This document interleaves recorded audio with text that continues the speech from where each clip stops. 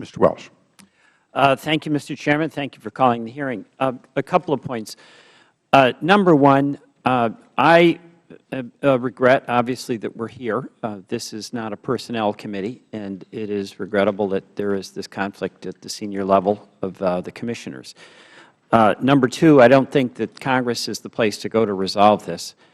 Number three, I assume that each one of the members of the Commission is professional and makes decisions based on each of your own independent best judgment. The obstacles and the challenges that you face, professional and personal, notwithstanding. And I think we all owe you that debt of gratitude. The concerns I have are less about trying to resolve something that I don't believe it's within the capacity of a congressional committee to resolve. It has to do with the safety and the focus on safety. And I say that as a representative from the State of Vermont, where we've had an ongoing and somewhat contentious situation involving our local nuclear reactor. When things like a cooling tower fall down and the reaction on the part of the company that runs it is that it's not really a big deal. That doesn't provide great assurance to the people of Vermont. When there is discovered leaking underground reactive material in the response of the nuclear power company is that they don't have underground pipes. And it turns out, in fact, they do have underground pipes. That causes significant concern about Vermonters. There's litigation now, and we understand that this body voted on between the State of Vermont and Entergy about its future, and we understand that the Commission voted by a 3-2 margin to come in as a friend on the side of Entergy against this litigation. That causes us some concern. So safety is my concern, and I know that safety is your concern, but I just have a few questions. It caused me some concern about how active and aggressive the Commission is on coming to a conclusion about some safety standards. The most recent NRC fire protection standards were promulgated in 2004. Earlier standards that applied had not been met for 25 years.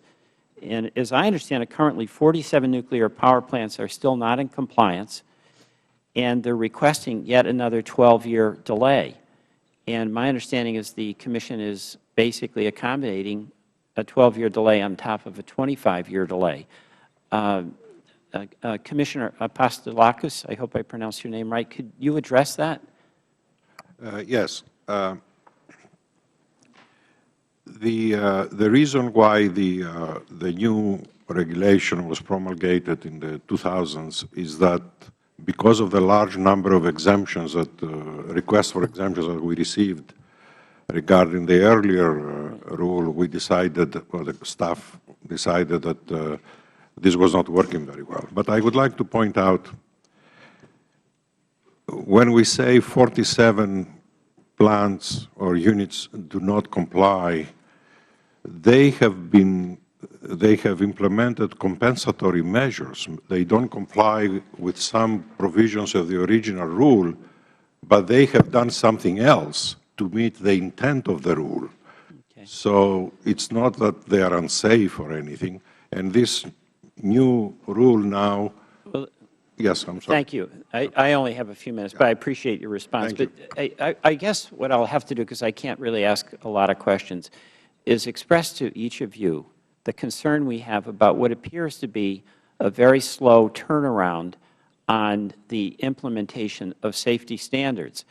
And you know full well that if you're living in the shadow of a nuclear plant, the closer you are, the more anxious you are.